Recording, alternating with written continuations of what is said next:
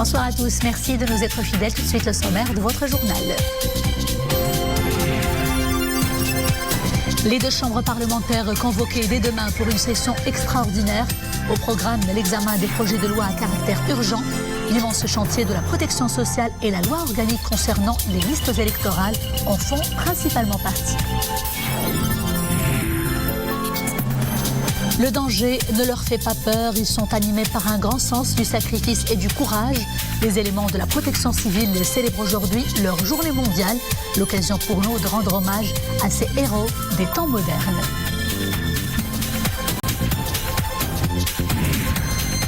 Coup de projecteur sur la filière apicole à Azilal, les professionnels affichent grise mine. La récolte est peu prometteuse pour cause le grand froid qui s'est abattu sur la région. Il a déstabilisé le système de fonctionnement des ruches. Bonsoir, nouveau soutien à la question du Sahara marocain et au plan d'autonomie proposé par le Royaume du Maroc. Un plan sérieux et crédible et salué, appuyé par les acteurs de la société civile latino-américaine et des Africains, qui le décrivent comme, je cite, la seule base pour parvenir à une solution juste et durable. Dans une lettre adressée au président américain Joe Biden, ces acteurs ont relevé que la résolution de ce conflit artificiel permettra de garantir à la fois la paix et le développement et la prospérité également dans la région du Sahara marocain, en mettant en avant l'intérêt particulier accordé par le Royaume à cette région à travers des politiques visant à assurer son développement économique. Les signataires de cette lettre affirment également que la décision en décembre dernier des États-Unis de reconnaître la souveraineté pleine et entière du Maroc sur son Sahara est une position réaliste et insistant sur l'importance de cette reconnaissance pour garantir les valeurs de liberté et de développement économique et mieux lutter également contre le terrorisme dans la région. À partir de demain, mardi 2 mars, les deux chambres parlementaires tiendront une session extraordinaire, un agenda législatif bien chargé et surtout à caractère urgent.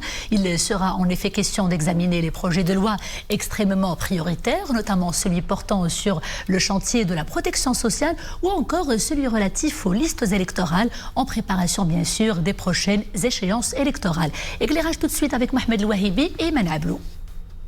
Du pain sur la planche pour les parlementaires dès demain. La session extraordinaire sera consacrée à l'examen de plusieurs projets à caractère urgent. Il s'agit tout particulièrement du projet de loi organique relatif à l'élection des membres des conseils des collectivités territoriales et du projet de loi relatif aux listes électorales générales. Des projets prioritaires dont le circuit de validation. Cette session revêt un caractère particulier. Elle sera marquée par l'adoption de lois organiques de nature à renforcer la représentativité féminine sur les listes électorales générales. Les 2/3 des listes régionales seront réservées à des candidates. Les parlementaires se pencheront également sur des textes qui sont appelés à consolider la participation des jeunes aux prochaines échéances électorales. Autre texte d'une importance capitale, le projet de loi cadre relative à la protection sociale, un texte à grands enjeux socio-économiques. Il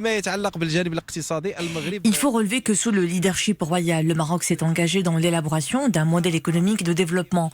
Les partis politiques sont d'ailleurs appelés à prendre en considération cette nouvelle donne dans l'élaboration de leur prochain programme. La composante sociale est elle aussi d'une urgence certaine, notamment dans le cadre du projet de loi cadre qui porte sur le méga chantier de la généralisation de la couverture sociale ou encore l'indemnité pour perte d'emploi. 7 textes juridiques seront en débat dès demain au sein des deux chambres parlementaires.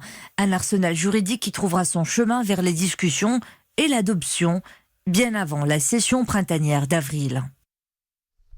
À partir de ce soir et jusqu'à après-demain, mercredi, de fortes averses orageuses sont prévues dans plusieurs provinces du Royaume. Ces précipitations concernent les provinces du Rif, du Nord et du Saïès et également celles de l'Oriental. À présent, ces images impressionnantes d'inondations à Tétouan. Nous y voyons la chaussée submergée par les flots de l'eau, comme vous le voyez à l'instant à l'écran, et des maisons également sous les eaux et des quartiers entiers aussi.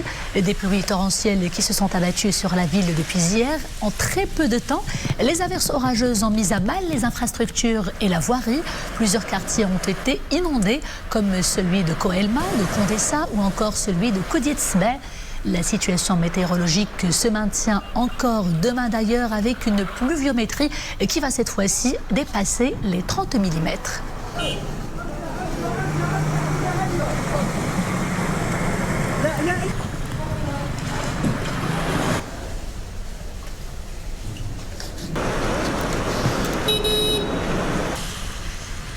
Prolongation de 2 semaines encore des mesures de précaution anti-Covid-19 jusqu'ici en vigueur. Cette décision gouvernementale intervient sur la base des recommandations de la commission scientifique et technique concernant la nécessité de maintenir les mesures en question en vigueur. Et justement, parallèlement à ces mesures restrictives, sachez que la vaccination poursuit son élan. 3 568 670 personnes ont été vaccinées à ce jour, au moment où 232 980 autres personnes ont reçu jusqu'ici leur deuxième dose. Et les indicateurs épidémiologiques poursuivent, eux, leur amélioration. Fort heureusement, 112 nouveaux cas ont été recensés pendant ces dernières 24 heures. 14 décès enregistrés malheureusement. Et puis sachez que 299 personnes ont guéri du Covid. Les cas actifs s'élèvent pour leur part à 5 784. Et les cas graves et critiques se chiffrent à 394, dont 16 recensées pendant ces dernières 24 heures. 28 personnes sont intubés et 225 autres sont sous ventilation non invasive. Et partout dans le monde, l'épidémie ne cesse de faire parler d'elle face aux inquiétudes qui montent après l'apparition des nouvelles souches. Les communautés scientifiques multiplient les travaux de séquençage et la course aux opérations vaccinales s'accélère. Un nouveau vaccin est désormais validé par les autorités sanitaires de plusieurs pays. Il s'agit de Johnson & Johnson. 4 millions de doses du vaccin approuvées par les États-Unis. Dans l'Union européenne, le vaccin Johnson & Johnson devrait être approuvé par l'Agence européenne du médicament dans les jours qui viennent.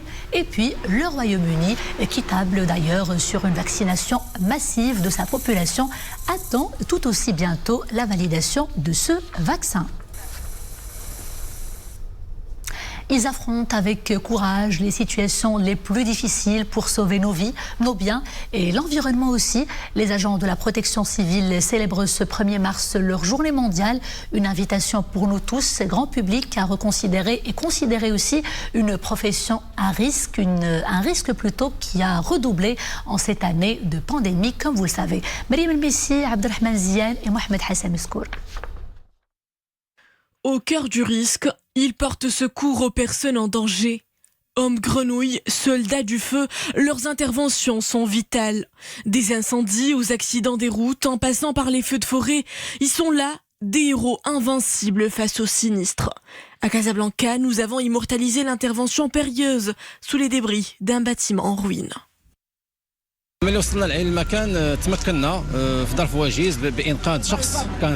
Sur le lieu de l'incident, nous avons pu repêcher vivante une victime sous les décombres. Elle a été transférée vers l'hôpital Ibn Rushd. Son état de santé ne suscite pas d'inquiétude. Nous poursuivons notre recherche de la deuxième victime. L'effondrement à plat du bâtiment rend compliqué la fouille.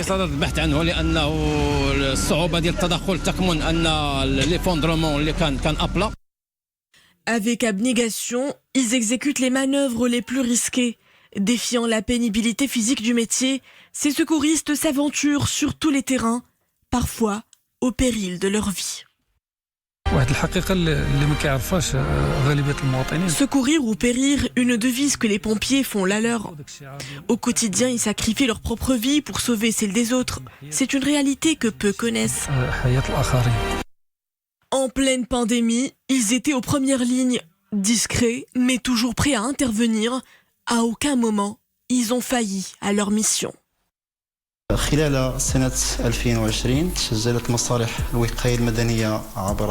2020, les services de la protection civile ont totalisé quelques 520 248 interventions à l'échelle nationale.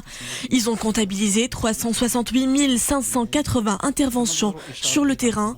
5 079 opérations de secours ont été déployées suite à de fausses alertes. Cela entrave lourdement le bon déroulement des interventions.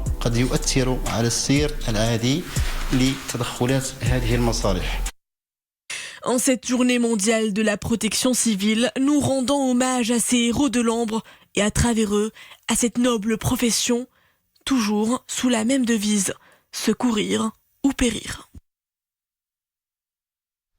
Le projet de raccordement au réseau d'eau potable va bon train dans la commune de Bouzarktoun, qui relève de la province d'Essaouira, de quoi alléger le grand fardeau qui pèse sur les habitants. Et ces derniers déploient d'énormes efforts et parcourent chaque jour des dizaines de kilomètres, et cela pour avoir accès à cette denrée précieuse. Abdelghani Tahraoui et Mounia Marouche pour le commentaire. Commune Moulay Bouzarktoun, province d'Essaouira. Chaque jour, Fatima parcourt des kilomètres pour rejoindre le point d'eau le plus proche de son douar. Avoir quelques litres d'eau, ce n'est pas chose facile pour les habitants. La tâche relève du parcours du combattant. Il nous faut une citerne d'eau par semaine pour à peine boire et abreuver notre bétail. Cette situation, nous la vivons depuis 3 ans. Nous n'avons pas accès à l'eau potable et nous sommes obligés d'en acheter, que ce soit pour nos besoins ou ceux de notre bétail. Franchement, c'est une souffrance. Fort heureusement, c'est le bout du tunnel pour les centaines d'habitants enclavés. Un projet de raccordement est déjà dans le tuyau. La direction provinciale d'eau potable a donné son feu vert pour approvisionner les douars de la commune de Moulay Bouzarktoun d'eau potable. Un projet approuvé il y a quelques mois. Il sera mis en œuvre dans les jours qui viennent. C'est un investissement de 9 millions de dirhams. Dans la province d'Essaouira, le taux d'approvisionnement en eau potable dans les régions rurales a atteint un taux de 87% actuellement. 528 douars ont déjà bénéficié de raccordements en eau potable et 241 autres sont programmés ou en cours de travaux. Les apiculteurs de la région de la province d'Azilal ont le moral en berne. La saison est loin d'être prometteuse. Les ruches y sont certes prolifiques, mais loin d'être productives. Alors qu'est-ce qui se cache derrière cette dégringolade déjà? Et puis que peuvent les professionnels faire pour rattraper le manque à gagner et renouer, pourquoi pas, avec la période de lune de miel de la filière? Élément de réponse dans ce reportage d'Ahmed Fadeli, commenté par Boubkar Ben Ghabret. Le miel, l'or de la ruche. Il est le fruit d'un dur labeur. Elles sont des milliers d'ouvrières à butiner le nectar des fleurs qu'elles stockent dans leurs jabots. Dans la région de Tedla Azilal, avec la baisse des températures en hiver, les abeilles entrent en hivernage. Elles suivent le rythme de la nature. Les activités sont réduites au strict minimum. Cette année, la récolte ne sera pas bonne. Il a beaucoup neigé et les températures négatives ont un impact direct sur le rendement des abeilles. Bon nombre d'apiculteurs ont perdu près de 50% de leurs ruchers. Quand il y a du brouillard et quand il pleut, les abeilles ne sortent pas. Les mauvaises conditions climatiques ont un impact direct sur le rendement des abeilles. La reine a du mal à faire travailler ses ouvrières. L'essaim doit garder une chaleur avoisinant les 37 degrés. Les apiculteurs se mettent aux petits soins pour entretenir leur rucher qu'il faut réorganiser et soigner. Durant la période hivernale, les abeilles sont attaquées par un insecte qui cause des ravages. Cette maladie s'appelle la varroa. Donc, le varroa, c'est une maladie causée par un petit acarien qui mange les ailes des abeilles. C'est pour cela qu'elle cause un effondrement. Donc, il faut lutter contre cette maladie. Les abeilles hibernent généralement d'octobre à avril, dès que les températures commencent à baisser. La région de Tedla Azilal est réputée pour sa production de miel, un miel de qualité aux divers arômes, goût de thym, de romarin, de caroubier ou d'eucalyptus. Page cinéma avant de clore ce journal et cap sur Los Angeles pour parler de la cérémonie des Golden Globes. Le film Nomadland dont est sorti grand vainqueur. Nomadland, c'est un hymne à la gloire de hippies modernes sillonnant les États-Unis dans leur camionnette. Il a emporté d'ailleurs dans la catégorie phare du meilleur film dramatique, alors que sa réalisatrice, la chinoise Chloé Zhao, est devenue la deuxième femme de l'histoire des Golden Globes à être lauréate dans cette catégorie. Et puis la jeune actrice Andrade Holiday a créé la surprise en s'imposant dans la catégorie de la meilleure actrice dans un film dramatique grâce à son rôle dans Billie Holiday, une affaire d'État, alors qu'elle comptait face à plusieurs actrices de renom. Plusieurs autres acteurs de couleur ont également été primés par les Golden Globes. En premier, Chadwick Boseman pour Le Blues de Ma Rainey, la dernière œuvre dans laquelle il a tourné malheureusement avant de succomber à un cancer. C'était l'été dernier. Thank you again to the Hollywood Foreign Press. Hold on. Andra Day. Voilà donc joli palmarès en attendant celui des Oscars et qui demeure, comme vous le savez, l'antichambre des Golden Globes. C'était le mot de la fin. Merci d'avoir été des nôtres. Je vous dis à demain, toujours avec grand plaisir. D'ici là, portez-vous bien.